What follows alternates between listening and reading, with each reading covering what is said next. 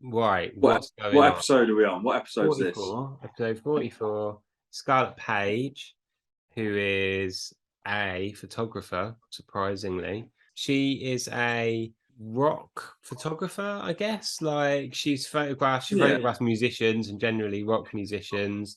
Um, Odds are, if you're aged between 25 and 40, oh, you at least probably you maybe a probably bit grew more. up with two or three of her photos on your wall at some point in your life. I Yeah. know I did. I must have Oh, had yeah. at least three or four of her photographs Yeah. on my bedroom wall at some, growing up. Without realizing it. But like, yeah, I Yeah, just put pictures out of Kerrang of like the Foo Fighters and stuff like that. And so then looking through her work, I was like, oh man, yeah, that one, all these really well-known pictures.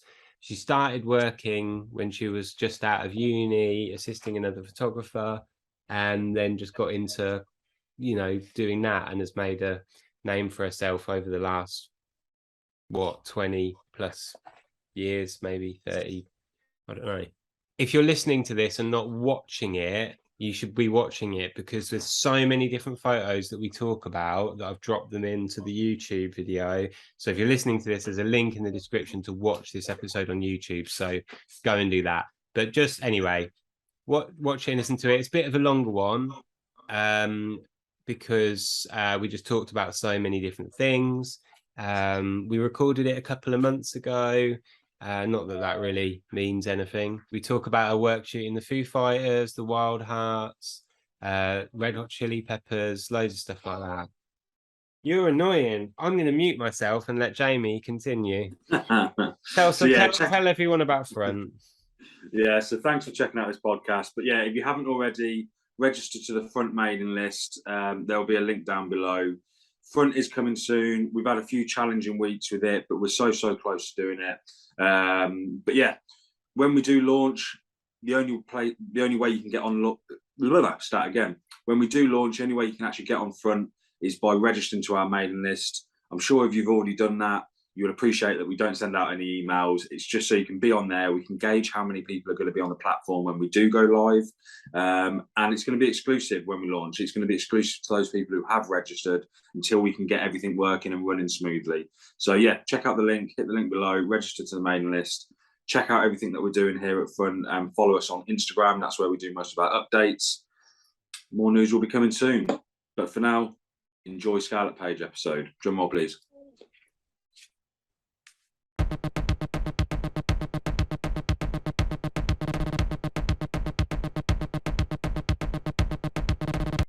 Traditionally, and I'm sure you've said this a million and one times, but if you'd like to introduce yourself and just say who you are and what you do, that would be superb.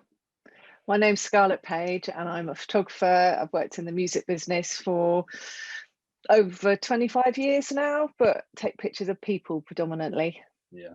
Well, thank you so much for coming on. We really appreciate your time.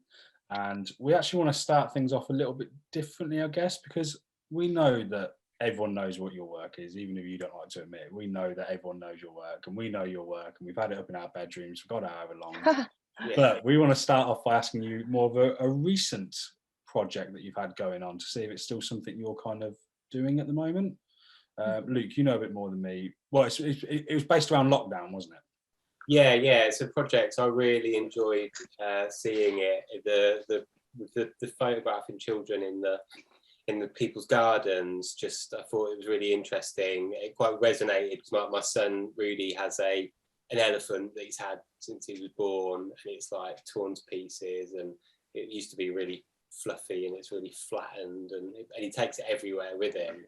It was really interesting to see like you doing that project. So we wondered about how that kind of came about, and also like is it still something that is ongoing?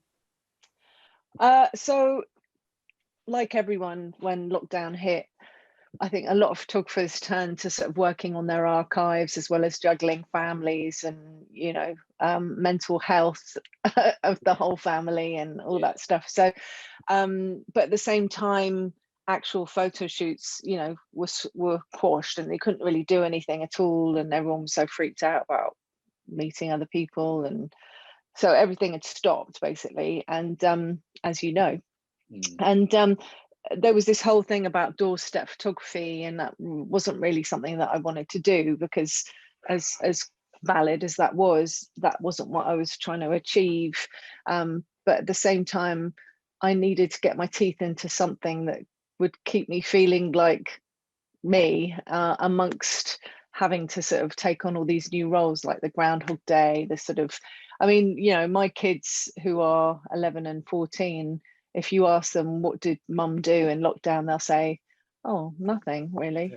Like, you know, when really you were sort of holding everything together and sponging everyone's sort of needs and emotions. And so anyway, my son's always had comfort, you know, a special toy, and in lockdown he ended up sort of gaining more and sort of wandering around with them, and they became all important. Like if you couldn't find them, he'd just literally freak out. So I thought it could be a nice, you know, I've always been quite fascinated by that comfort toy and what that represents, but in lockdown especially, I thought it's quite a good, because you know he was, wow, what was he was 9, they're coming up to 10, and I thought it might be quite a nice way of documenting him at that age, and then opening it out to, you know, friends and kids that I knew locally, certainly through primary school. And what struck me was that because I'd recently done a project for well, it was my own project called Resonators, of guitarists with guitars, and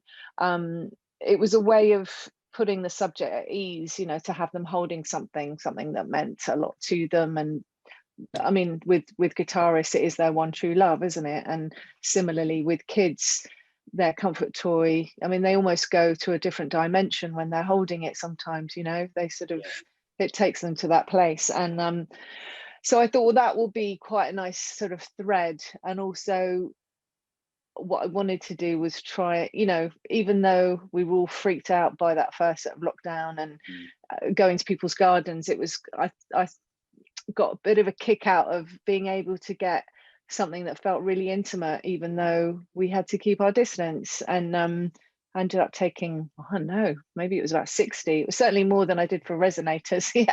But no, I stopped. I mean, I didn't really ever sort of do that much with it. I'm sure I could have pushed harder and, you know, sort of made more of a fuss, but I did enter a picture into Portrait of Britain that year, which is something I've never done, and got selected as one of the finalists, which was nice. I suppose it's also quite like refreshing in a way. I know like COVID isn't a good thing or anything like that, but in terms of your, you know, your kind of day-to-day work, if you like, it was quite a nice challenge for you to try something a little bit different or outside of the ordinary of what you would normally do. Yeah, and it was a little bit more in keeping with something that you might enter into like a, you know, not Taylor Wessing or something, because they're quite specific, but some kind of photography sort of awards, and just something that wasn't just a known face, you know, but try and capture something that it's funny because a lot of the kids actually sort of held a real wisdom, you know. Certainly the one that I earmarked for the Portrait of Britain is of a girl called Esme, and she's only like 5, but there's just something, you know, it's just amazing how a photograph can capture something, you know, that tiny slice of time can also sort of evoke something so great, you know. So yeah, it was really, I mean, it did keep me sane. I just like, right, because my husband was working, he's a gardener, so by the time he got home I'd be like, right, see you later, I'm out. And then I just do like 4 or 5, and the weather was really nice as well, so it helped. And yeah, it was good, it kept me sane. It's a strange one because we spoke about like photography and how good we think it is for like your mental health and things like that, but when you think of like lockdown now, like I always think like the first lockdown was such a like you know, it was like a what the hell was going on sort of thing. You kind of hadn't adapted to it, so to speak, so you were kind of, it was, looking back on it, it was almost easier to deal with than like the second and so on and so forth, because it was just a change that you kind of had to adapt to. But then when you knew this was going to stay around for a longer time and you realized you had to change certain things about your life and stuff, I think it's really important to like to do something, you know, whether it be photography or something else completely. It is really, really important for your mental health to find something that will keep you kind of on the right track. Do you know what I mean, mentally? Definitely. And I do believe that photography, you know, I go through this process every time I do a shoot where, like when I was shooting film, it would be, you know, you'd sort of have that healthy nerves before a shoot, and then you'd shoot the film and then think, has it come out? And then you'd see the contact sheets and go, yes.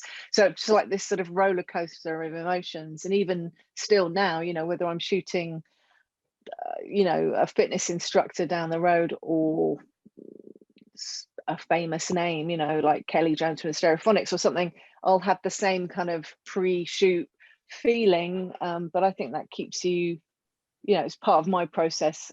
It's sort of like maybe some weird addiction as well, where you get a high and, you know, the nerves and I don't know, maybe paranoia. Yeah. No, I completely resonate with that. And it's quite an interesting little segue into a question I had, because I was listening to one of your, you know, an interview that you had however long ago, or podcast you did. And, it, you know, you said in there that you sometimes get a little bit shy or, you know, a little bit nervous, which is kind of like weirdly reassuring to hear from someone of your kind of level, or what, you know, what you've achieved in your career. And, you know, I was wondering if that's ever, you know, is that something you still feel now, or is it ever stopped you from taking a photo that you really wanted to take, or, you know, a series of photos? Oh yeah, definitely. I think so. For example, before Christmas, I shot 2 gigs in December, and it was, you know, for the first time in 2 years that I shot a gig. But the first one, I thought, well, it's local to where I live, and it was a Darkness, and they were playing in Reading. So I thought, well, that would be good because I haven't seen them for ages, and I've done a lot of work with them. And about 20 years ago, I spent a whole year on the road with them, and I thought, it'd be really nice. So went down, but again, I was like, I've got to seize the opportunity, because here I am in the dressing room. I'm shooting it just for myself, but you know, I've got to make some things happen. And you could easily just sort of like be the wallflower, or go, right, come on then, let's get you in the you know, the corridors, and let's just do something. You've got nothing to lose, you know. But my default would be like, oh, a bit awkward, you know. But you know, certainly if it's just for yourself, but then you do have nothing to lose. So you know, got to sort of make these things happen.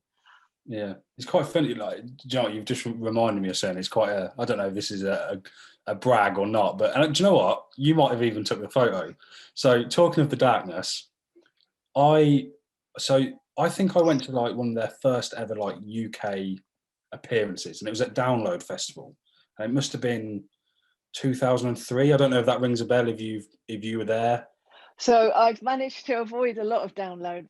Certainly the Flying Wee bottles. It's one of the festivals that I haven't actually done that much of. So no, I probably won't. Okay, so well, basically, I was going to say you might have took a photo of me without realising then. But so in the first Darkness album, there's a photo of Donington Park where Download was held, and you see me right at the front of the crowd. But amazing. Now you wouldn't, like, no one would know it was me, because obviously it's a huge crowd. But I know that it's me and 3 of my mates that I was there with right at the front. That's I mean, I didn't take that one, but I have taken shots of other. Well, like, so the second show I did in December was the Stereophonics, and another great thing about that was that it was at the Shepherd's Bush whatever it's called now, but you know, Shepherd's Bush. And I did a shot at the end, you know, at the back of the stage looking out, and so you can see all the people, and it was all lit up, and you know, it's always really fun when people go, oh my god, and like someone else would go, oh, that's my friend so and so, and you know. But yeah, it's you know, you're there, but not exactly necessarily. Yeah. I like that you just casually say, you know, I was taking one of those photos, and there's me at the front, like covered in wee. Like, I wish I was that person. No, that's really cool to hear. And so when you go to, like, you know, gigs or festivals or whatever it might be, do you tend to, like, I appreciate this might have changed over the years, but do you kind of travel quite light in terms of the equipment you use? Do you have like one camera and a lens, or do you have a backpack full of gear? I've got my backpack. I've got 2. I usually have 2 bodies. Just always, I think that's the thing. You've always got to make sure you've got your backup. And an 80-200 lens. So I'm still shooting on a DSLR at the moment. I am hoping. I've never actually properly used a mirrorless.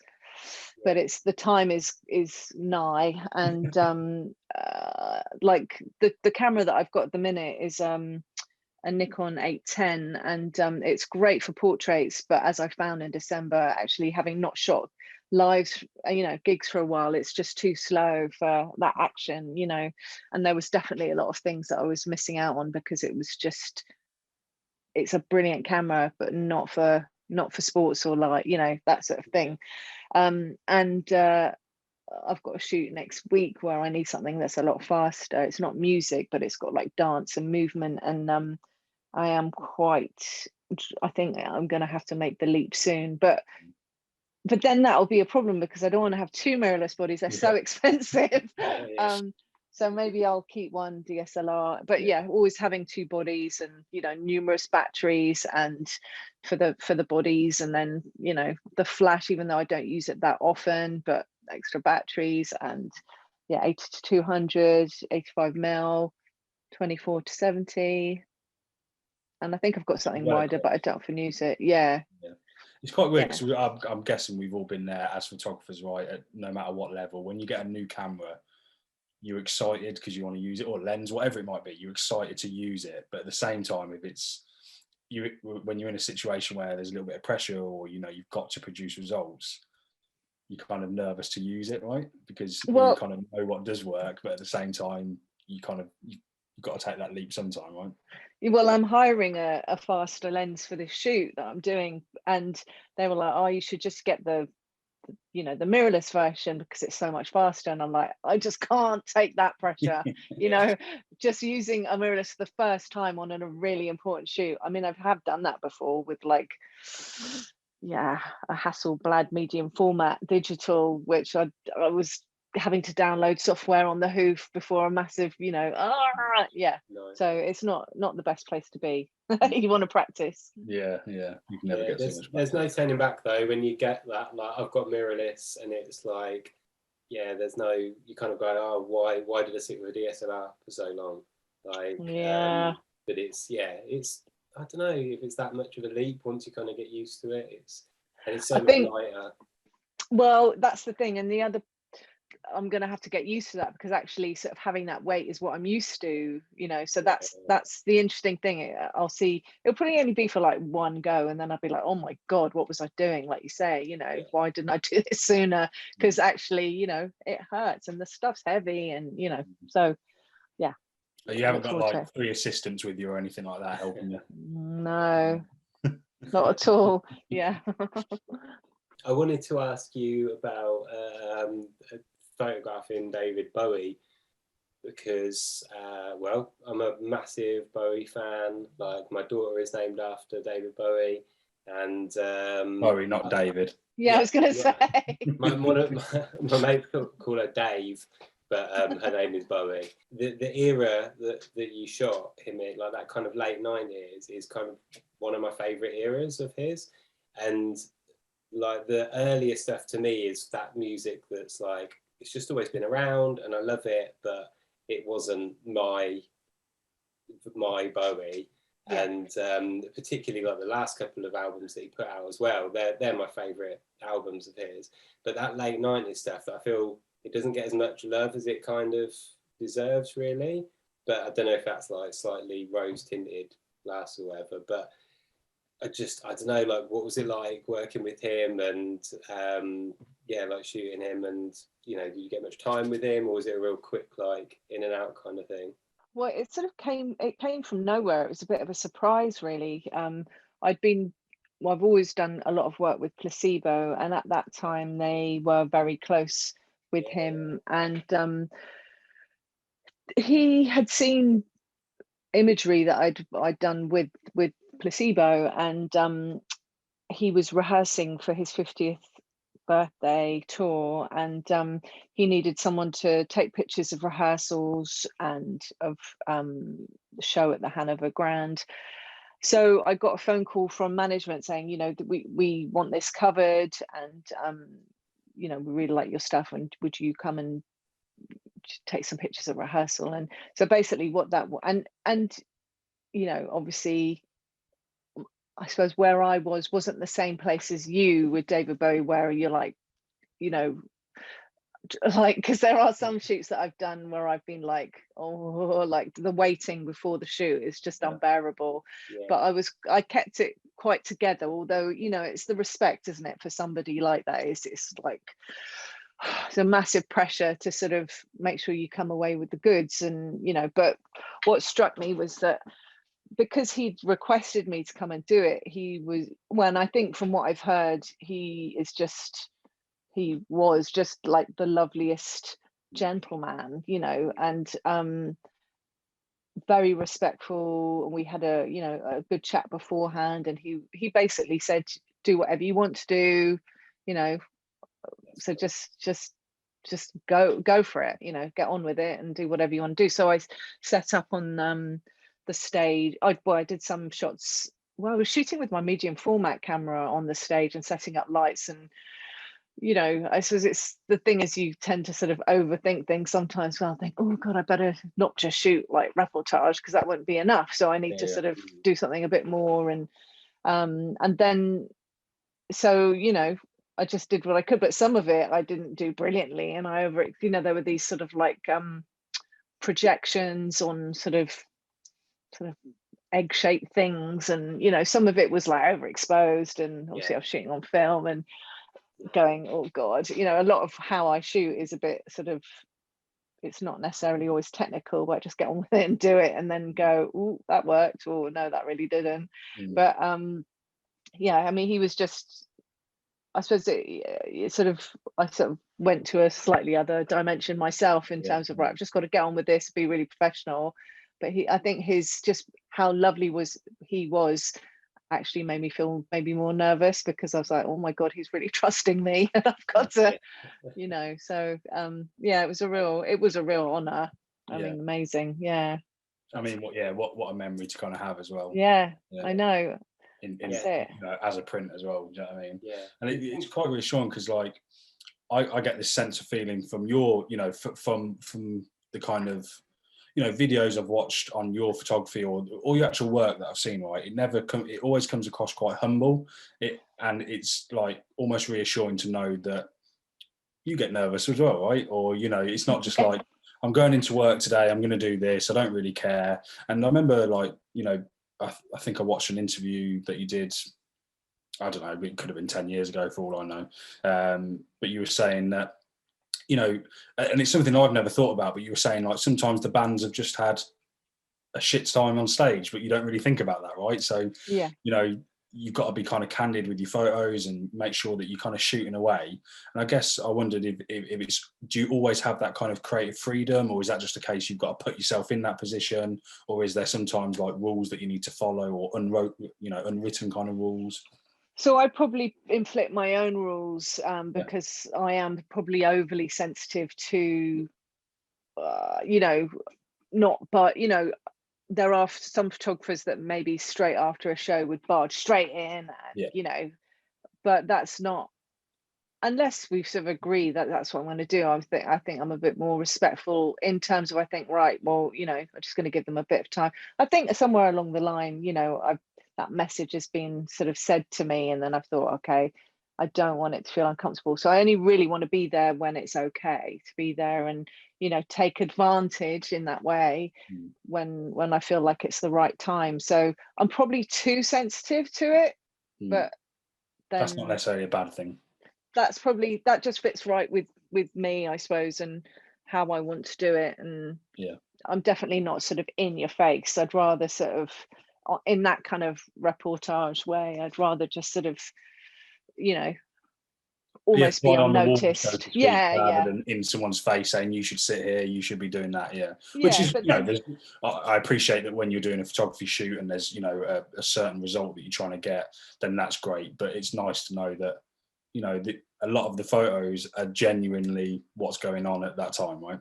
Yeah, I mean, I suppose I'm thinking more of sort of, you know, backstage and that sort of thing for those particular shots. But there are other times when you do have to be quite, you know, domineering. And, you know, I've been likened to a school mistress, you know, who's being quite bossy. And I suppose that's the other extreme, is that when you need to get stuff done, you're just like, right, come on, like, could get on, you know. So, and then it's the banter that comes out, which sometimes is a bit abstract, but can sometimes get the reactions that that you want, almost by going the opposite to what you want them to do will cause a opposite reaction, I suppose as well, if it's like a commission or something, but you maybe feel a bit more like able to do that because you've got to leave with something, whereas if it's a personal project, it's maybe harder to push that kind of side of you because you think, well, it's just for my own.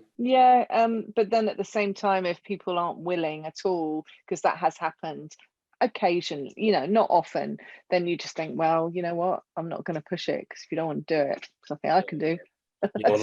Your loss. This is your promotion and stuff, so if you're not, that's it, I'm not going to force you. There's only so much you can do, right? And that's in any situation. And you shouldn't have to go, you shouldn't have to force anything. Do you know what I mean? No. And so when it comes to the actual photography itself, I know that you used to shoot a lot of film, and obviously you shoot a lot of digital as well. Do you ever shoot film still now? So I'm just relocating my studio at the moment. I've got a little studio not far away, but I'm having to, so all the negatives, and I've got a scanner and printer here and this, and I'm trying to sort of organize it so I can fit everything in. And during my sort of mass throwing out of stuff the other day, I opened up my big medium format bag, and it's got so much film and Polaroids in there that's really old. But I thought, well, actually it's going to be quite fun to have a go on it, even the old stock, because as long as it's nothing really important that you're shooting, as long as it's more like a test, actually you could get some really cool results. So I will. And my daughter is 14 and she's going to do art and stuff, and there's going to be photography, so she can really wow them with some old Polaroid, 6-7 Polaroid, and that's cool. So it'll be fun to sort of go through it, but it's it's not easy to sort of go back to the film basics and medium format. It's you've got to sort of know what you're doing, haven't you, a bit more. And your children, it's Martha and Griffin, is that right? And like, I appreciate, Martha's, like you just said, she's getting into like the art side of things. Have they ever shown an interest towards photography, or have they had a camera in their hand since they could hold them? Well, iPhone photography. And I've because I use my phone. So one thing, whenever I sort of am doing personal pictures, not necessarily the buddy project, but just like family snaps and stuff, I find it much easier to use my phone, because carrying a big old camera and the lenses is just a bit of a faff, and actually when you're looking after kids, or you're taking the dog out, that you just don't have enough. I can't focus like that, I have to be a bit more sort of loose and free. And so actually I've started doing a bit of workshops on how to get the most out of your smartphone for like small businesses and for kids and stuff. And so they've watched a couple of those, and they've been my sort of guinea pigs, and they both got a really good eye, and they it's just about giving it a good go, isn't it? You've got nothing to lose. You could delete, just make sure you do some good housekeeping and delete all the crap ones. I think at the end of the day, smartphones and their cameras nowadays, they're good cameras, right?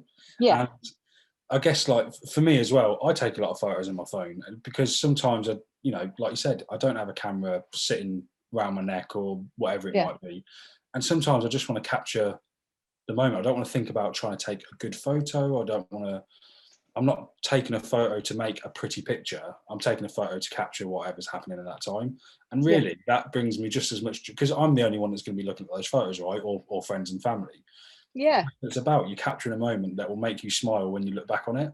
And that's it. Or even for like, social media content and like stories. And, I used mine for making videos in lockdown, and, so and even product shots, like pictures of prints or pictures of things I'm selling. I'll just use my phone. But is there anything wrong with that? I know there's this huge debate within the kind of like photographic world, but no, why is it any different? Do you know what I mean? I'm sure there'll be another kind of thing that comes out within the next 20 years that will be a new way of taking photos. Do you know what I mean? It's just yeah, there's a place for, there's a place for everything. I think all different styles of photography, and it's like, again, I did a project with some artists not that long ago, and so the actual portraits I did with my Nikon, but then I took like just candid incidentals in their studio space, and just bush with my phone, just like up here, down there, like just tons of content, because it's useful. I know I wasn't going to ask you anything about kind of social media, but I will, just because we touched upon it. But I think your social media game, if you like, is good, really strong, right? Thanks. Yeah, I was going to say, and especially like me and Luke, we're obviously we're working on front and trying to build that up, and it's it's inspiring to see someone who has a body of work, yet you're using social media in the way you do. And has that been like something you've had to adapt to, or is it just something you've kind of naturally gone into as it's kind of gone boom, if you know what I mean? So when I started Resonators, I realized that I really didn't want to do social media, but I realized that it was important because it was my own project, and it was something that it would be useful to do. And I remember actually when I was shooting Steve Jones from the Sex Pistols for it, I think I was sort of saying, "Oh, what's your Instagram?" And he said, "How many followers you got?" And I think I said, "Oh, about 300." He's like, "Why are you even bothering?" I was like, fair point. But anyway, so it's been a slow build, but over lockdown, that was one thing I sort of invested in sort of like trying to learn about sort of creating sort of your online audience, and how best to sort of promote sort of print sales. And because that's that is an easy thing that I was able to turn to as well in lockdown to sort of generate income, because I mean, again, because there wasn't actively shooting for quite a while. But at the same time, it's quite difficult because now I've built up my social media, and it's quite archive heavy, but I am shooting a lot of other things all the time, but it doesn't always fit, but then I don't want to have all these different accounts. So yeah, it's funny, and sometimes I can put a lot of effort into it, and other times I'm like, I just like, it's Graham Coxon's birthday, or quickly find a picture. But well, you do what you can. Every day you could post 3 birthday photos, I reckon. Do you know what I mean? At least the amount of people, the amount of people and you photograph, which is amazing. But yeah, it was quite interesting because is it a chore to you, or have you kind of learned to accept that that's what it is and that's a part of it now, right?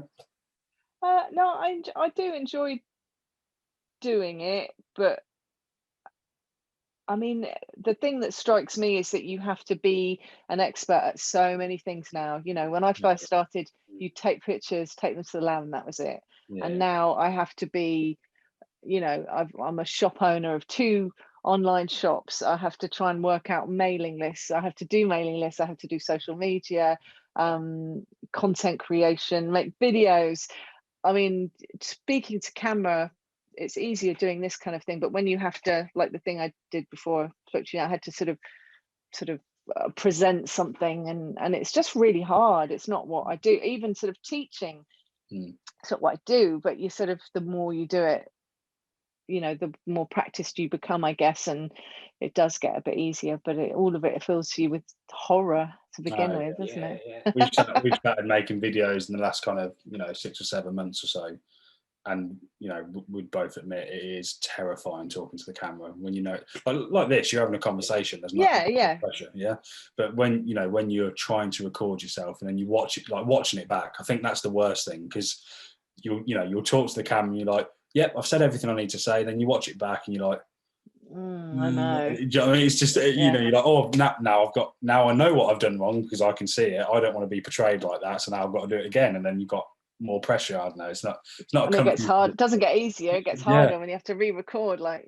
Yeah. So fair play to the people that do it, consistently, and they do it well. You know what I mean? It was funny saying like you're posting a lot of archive stuff, because there was, like Jamie mentioned, I had a lot of images, Jamie did as well, like that you'd taken on my wall as a like child, as a teenager, and it was really funny looking through your social media and seeing so many of them. Like who?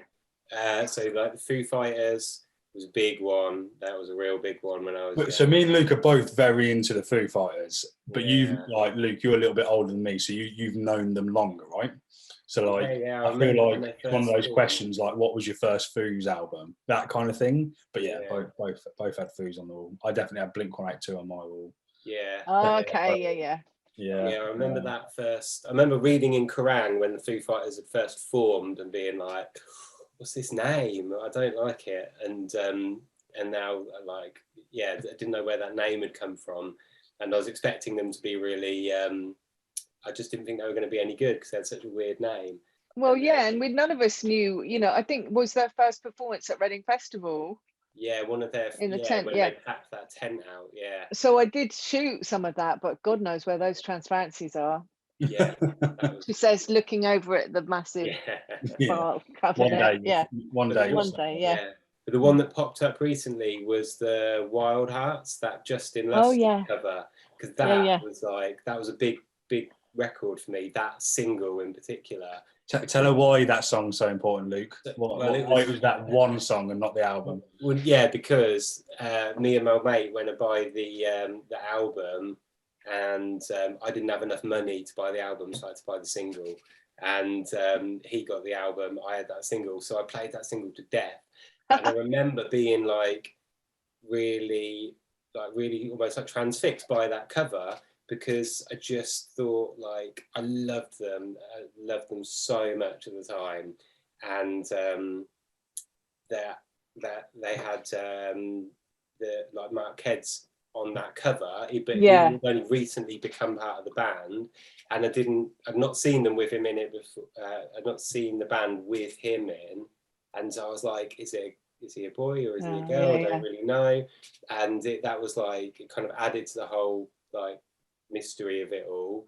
And then seeing like, oh, another one that you'd taken that was a really big image. And actually, because obviously Mark passed away during lockdown, and so I think that was probably when I was sort of digging out the pictures again, because I always really loved certainly the pictures of him, particularly from that, and I got to work with him a couple of times afterwards.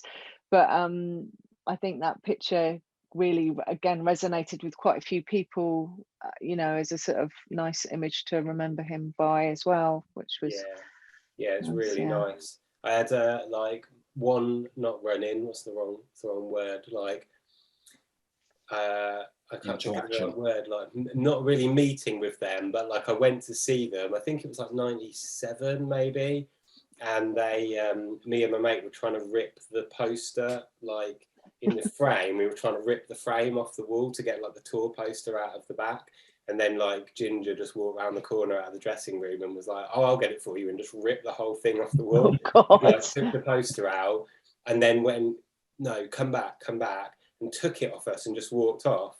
And we were like, oh, okay. And he came back with another one, and then he'd got the whole band to sign them, and like gave it to me and my mate, and was like, then, and like, all right. But that was very cool. We waited from like about 1 o'clock in the afternoon for that gig to get like right down the front, and their tour bus was like right next to us, but we were too young to realise, they were going to be asleep in that tour bus all day. We just kind of like, we thought we might see them or something, but no. Might hang out and have a cup of tea. Yeah. The Wildhearts, I had to shoot them at the BBC. Well, for Kerrang, I had to shoot them at Elstree. I think they were doing Top of the Pops, and Mark Keds was in the band. And I don't think that's when I did those I think I did those in a studio, but it was the first shoot I'd done with them before I did that cover shoot. And like I think it was Danny was like just weeing in the corridor, and I was like, oh god, like, cause it's a bit embarrassing, but I mean that's just sort of what you sort of think, oh no, that's a bit of a cliche, but then I suppose it was just they were just things, one of those things. And then there was a shoot I did, I think probably the one when I did that artwork, as well as it was a bit of a press session. The makeup artist was someone that I worked with quite a few times, and she was pregnant, a bit older than me at the time, and she was doing the makeup, and one of the band, I can't remember who it was offered her some speed, and she was like, no, I think I'm okay. I don't think the baby would really like it, but I mean, thanks. I would, but this isn't. Yeah, exactly. Any other time. I was just going to ask a question about kind of like influences to you, because when I think about like your work and your body of work, it's hard to imagine, because you've got like a very unique style, even though you're doing portrait photography and it's like musicians. I would still like to think that I can see your kind of vision in them. Yeah, they're very deliberate photos, which is great. But do you have influence? Do you still get influenced by people now, or is there like older photographers that you get inspired by still now that you refer to? Well, again, it's funny because things will pop up on Instagram, like sometimes older photographers that I didn't know, for example, Janet Beckman, I think I know is, and like someone will suddenly, and you're like, God, I didn't know them. And then you'll start sort of delving into their feed and go, whoa, my goodness. And actually it is quite nice when you come across women as well, because I think, even me sort of, there definitely were other women photographers around, but I think that has improved as time has gone on, in terms of there are definitely more girls out there than there were. But I suppose it's always nice when you see someone like sort of the women ones that have influenced me, like Penny Smith and Jill Furmanovsky, and I really love early Annie Leibovitz, like all the music stuff. I mean, I really respect everything she's done as well, from the sort of more high scale, high end sort of productions. But I think that isn't really like, even sort of David LaChapelle back in the day, I'd be like, wow. But it's not necessarily where I wanted to go, but you can still marvel at everything they've put into it, and sort of those unique, like Whoopi Goldberg in the sort of bath of milk, or the picture of John and Yoko where he's naked, and those sort of really classic images. But I assisted Ross Halfin when I just left uni, so I did a degree, and then I started assisting him, and that's kind of, I didn't leave uni thinking I want to be a music photographer, but I met him just as I was sort of ending my degree, and then started working with him, and it was a really sort of peak time whereby there was lots of budgets for trips and stuff, so I started flying around to Mexico with him to shoot Def Leppard, and Dublin to do Henry Rollins, and then next minute I was like, oh, then that was one of the best shows I've ever seen, which Pearl Jam and Henry Rollins, and so what was great there is that it was just amazing to start really living it, and sort of working really fast, and it was hard work because it was a lot of medium format gear to carry, and my shoulders are still, I think, probably sue him, but but damaged. But just learning how to set things up really quickly and break it down really quickly, and you realize very quickly that you really enjoyed this, and you want to and well, because I suppose I always had sort of ambition, or like I just want to do things myself as well. After a certain amount of time I was a bit like, really itching to do this myself, and I can do it, even though I'd be sort of a bit shy and like, oh, but I always knew that I could sort of give it a go, and after a while just thought I want to be doing it, and got the real bug, and then just started sort of seizing opportunities as best I could, and then managed to get a few things published, and just carried on from there. So was that kind of a turning point when you first got something published, or are there still times now where there's like lows and highs, right? Like you say, that's a low, right? But at the same time, is it like, has it been like that throughout your career, or is it just a case that there is literally a wave that you've got to ride all the time? You've constantly, I think it hasn't just gone like this all the way. You definitely, there's been sort of moments along the way where you go, right, okay, 2007, coinciding with when I had my first kids, was the sort of real digital revolution. All the music sort of left the music industry.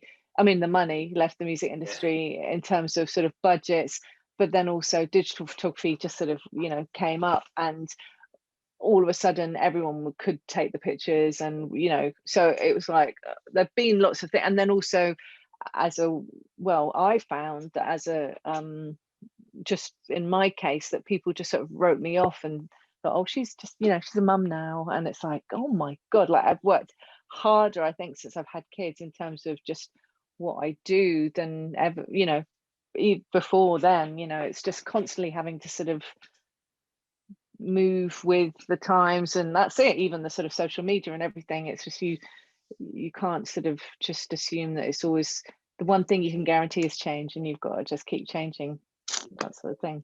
There you go. I like that quote. That's a good one. Yeah, it's true. One of the questions I had was like, you know, words of wisdom, if you like, but that kind of covers it. You know, just shows you've got to work hard no matter what. And, you know, becoming a mum as well, you know, you're working hard with your career, and then you all of a sudden overnight you're working doubly as hard because, you know, you're trying to be the best mum you can as well as be successful in your own right? Yeah, and I mean, I was in the pit 2 months after I had her, and even though my head was sort of like, I don't know where it was, you know, there's definitely been times where I'm like, right, I've got to put a different hat on today, and just sort of try and get myself in that zone when, you know, your head's sort of spinning. And it's there's also been times where I've thought, I'm going to have to get a proper job because there's literally nothing happening. And so it's not been easy, but at the end of the day, it's all I've ever done, and it's hopefully what I'm good at. And, you know, I just got to keep just making those. You can't always expect the opportunities to come to you. You have to also put it out there and try and make things happen. Yeah, you've got to work hard, right? No matter what level you're at, you've got to work hard to get things. Yeah. I had a question about your mum, Charlotte. So obviously she used to be, I don't know too much about her, so bear in mind, but she used to be a model in France, right? Well, in she is French, but she's French, but she used to be a model, yeah. Yes. Like looking at her photos, for argument's sake, did that influence you in terms of your work today, even, or, you know, your history sort of thing? Has that helped influence you? Yeah, I'd say 100%. I met Robert Whittaker with her once, who photographed all like early Beatles stuff, and, you know, loads of other things. But you know, that was not only did she's got incredible portfolios of work with some of the, you know, most incredible fashion photographers and music photographers from back in that time.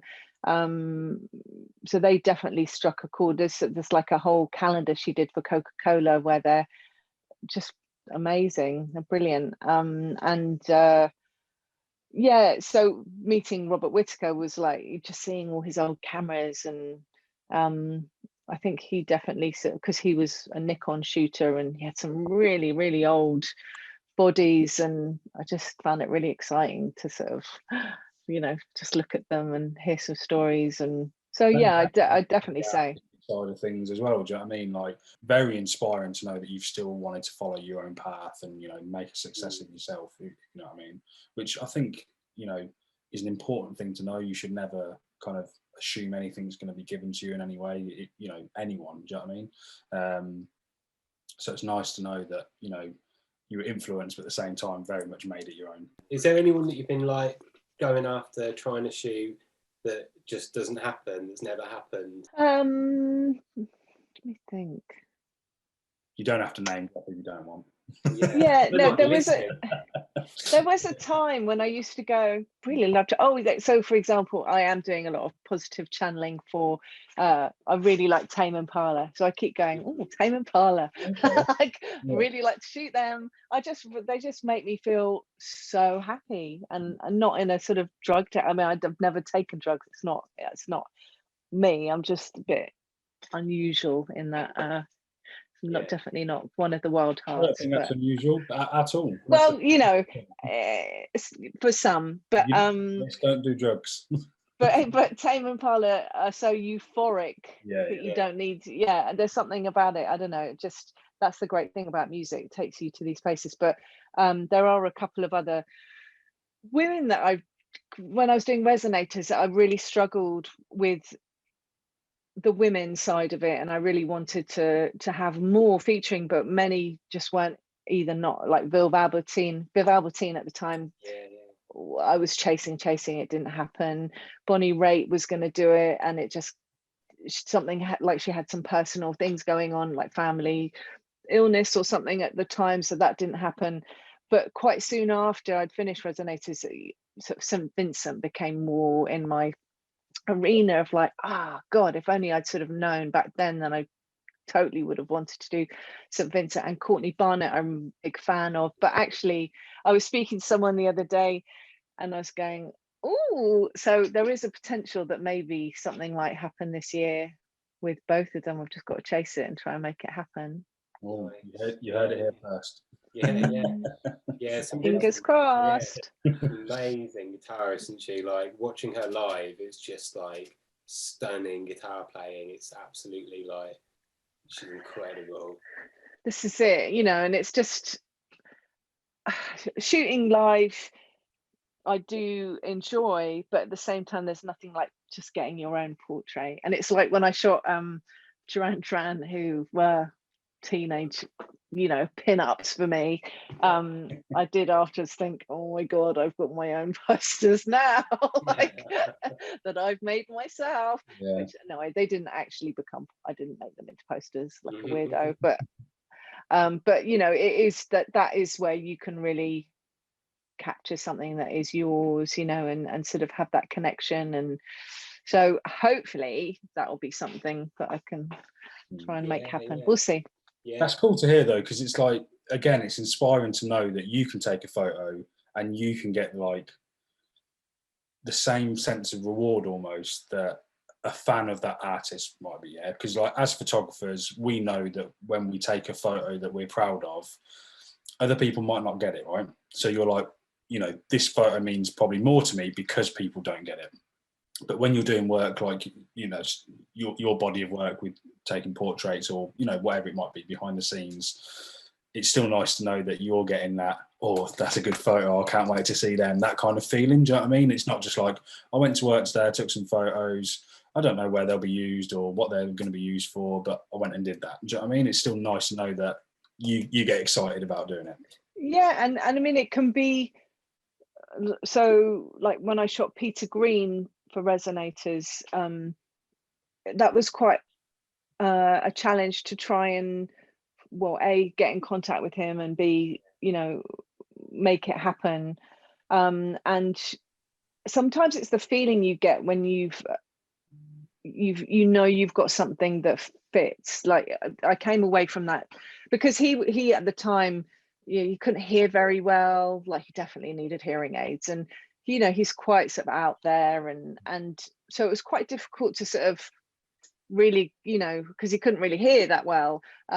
So, and there was, you think of Peter Green at the time, and at one point, people saying he was busking and homeless and all these things. So it was important to come away with something that felt like it was sort of, honoring him in every respect. And so when you come away from a shoot and think, actually, I have got something that feels, I'm really happy with that, because it's sort of giving, it's managed to get something that feels right, not just a picture, but it's just sort of feels quite, he looks like he's in charge, and and so and sometimes I get that feeling from, it can be like one of the Buddy portraits or something. It can just be, it's just these little magical moments, and they can spring out. Music, right? Like music in general, like it gives you this sense of feeling that you can't kind of explain, because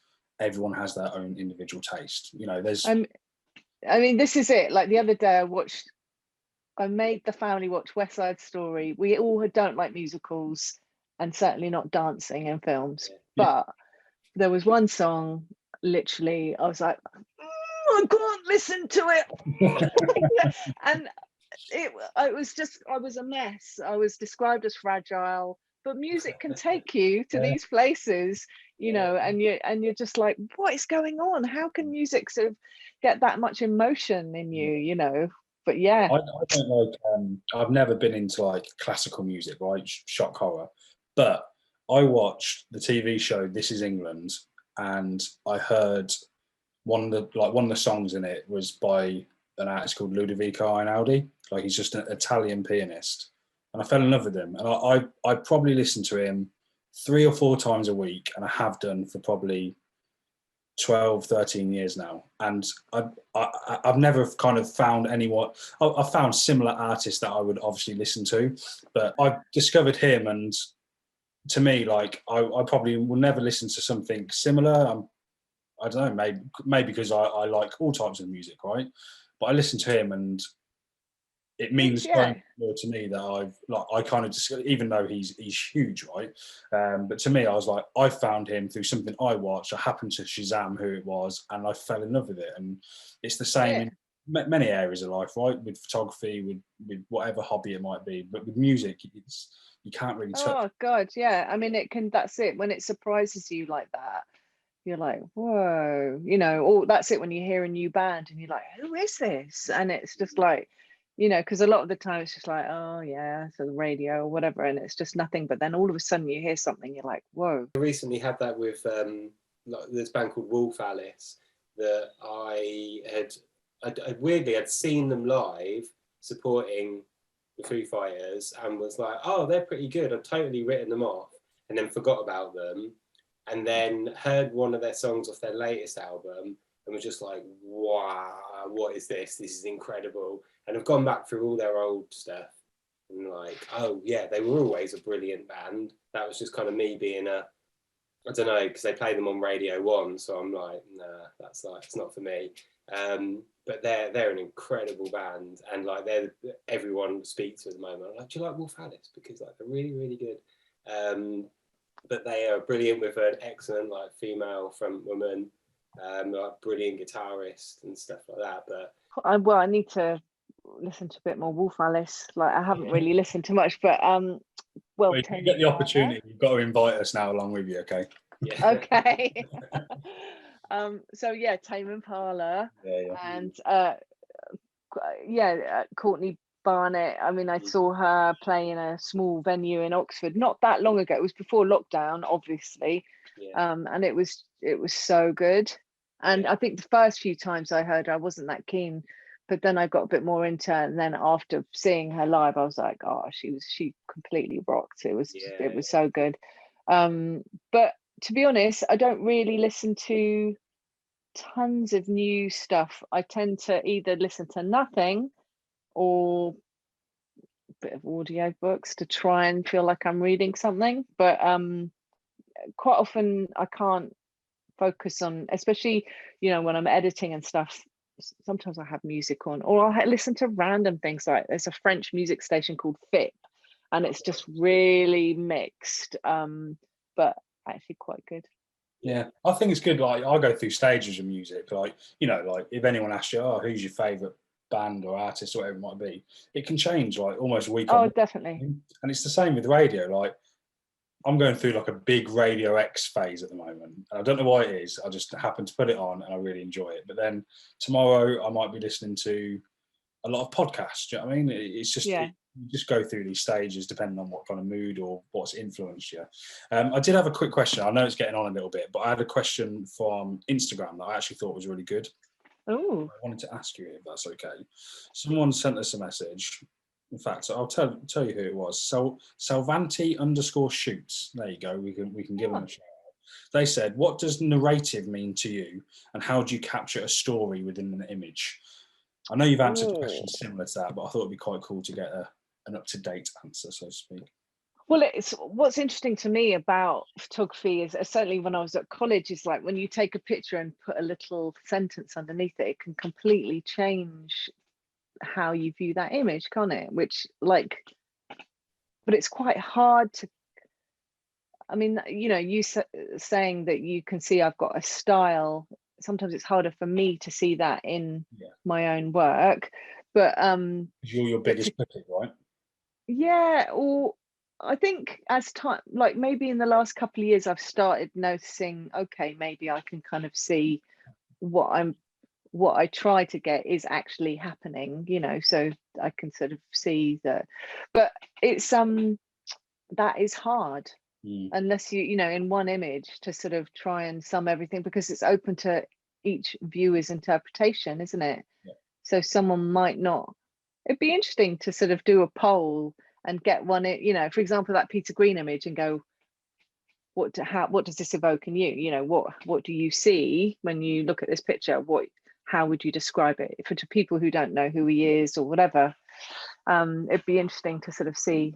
But I don't know. I think I just try and capture, certainly in portraits, I just try and capture a connection somehow that is not, it's something slightly underneath that initial outer layer. We know that you've done a lot of work for charity over the years. Is that always something you've felt passionate about doing for various different charities, or is that just something that, do you know what I mean? Is it the individual charities that you've kind of chosen, or is it just the opportunity that you've got to work with certain charities? So I think when I first had my first exhibition, I kind of didn't want it to just be all about me. Yeah. So it was like, well, I want this to have a bit of a bigger, I don't want to go, oh, hello, look at all my pictures, aren't I brilliant? It was more like, well, look, I'd rather do this that's going to benefit something. So I think the first exhibition I had, I did it for a Brazilian street child charity. And then I did a project called Your Child, and it was, what I wanted to do was just, get stuck into a project. And I thought I'd take photographs of celebrities with a child that meant something to them, and explore that relationship.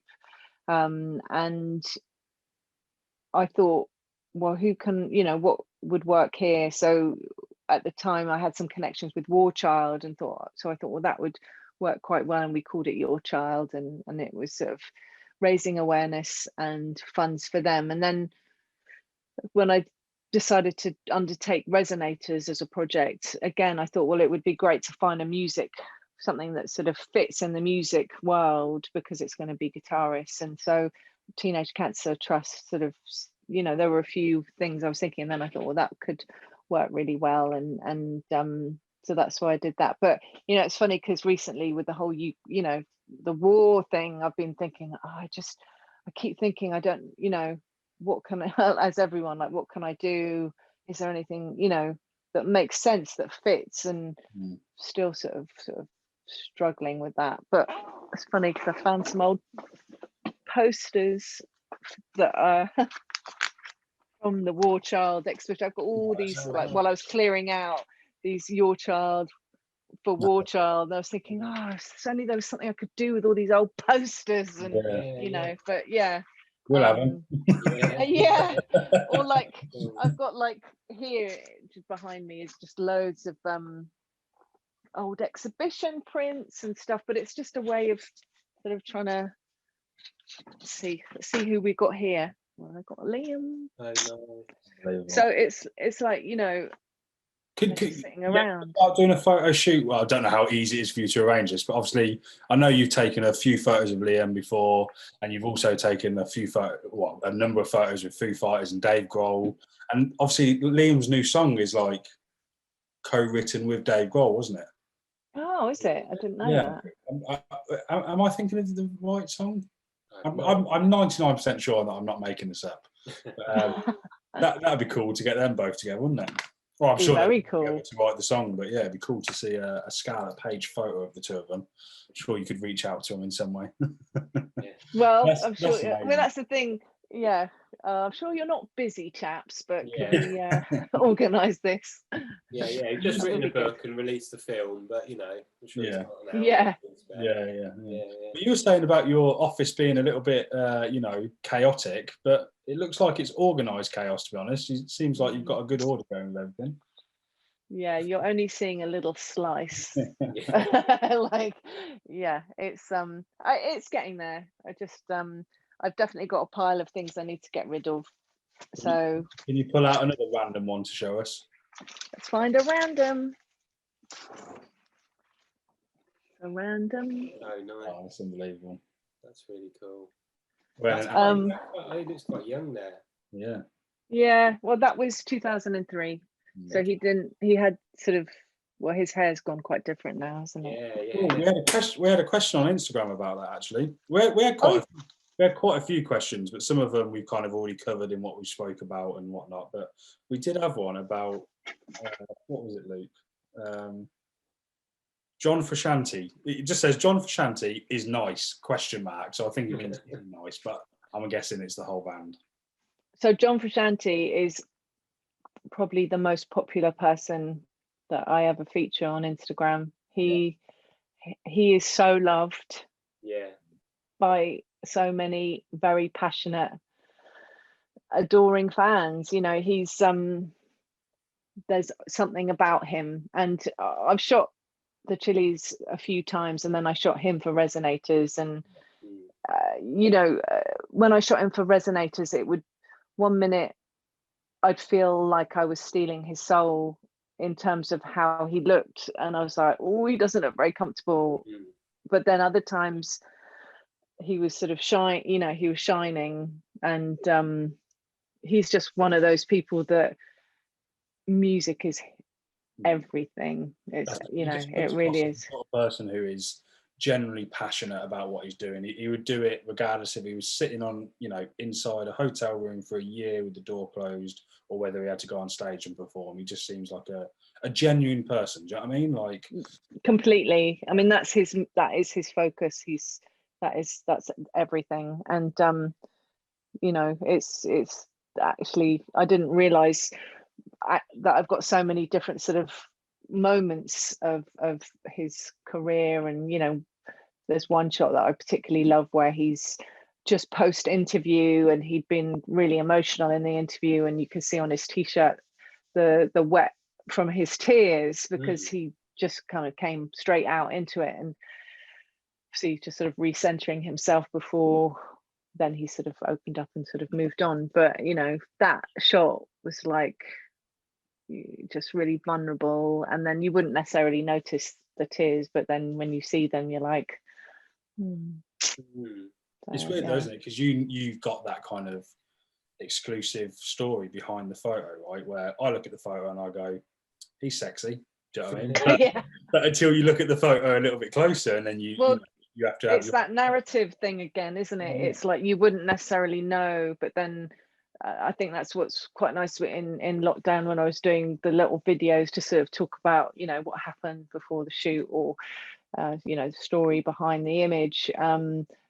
Then it's sort of, if you already know the image, or are interested in the band, then it's just adds that extra dimension, which is always going to be interesting, isn't it, I guess. Has there ever been anyone that you've met that you weren't too fussed about, say, meeting initially, but then your perception has been heavily changed and you've then become a fan of? Do you know what I mean?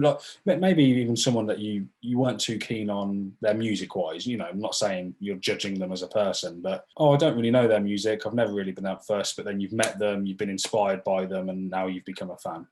I was just thinking that I had to do a press session, an album artwork with James Blunt, and I'm not a particular fan of his music, but I don't think he's a particular fan of his music, is he? But no, but he's become quite a likable figure, certainly. But I was just quite surprised at how photogenic he was and how easy it was to shoot him, because I wasn't expecting that, but he just looked, it's not something that would have sort of ever been on my radar. And then I was just like, he's really probably one of the most easiest person that I've ever shot ever. Like, I wouldn't say that I sort of...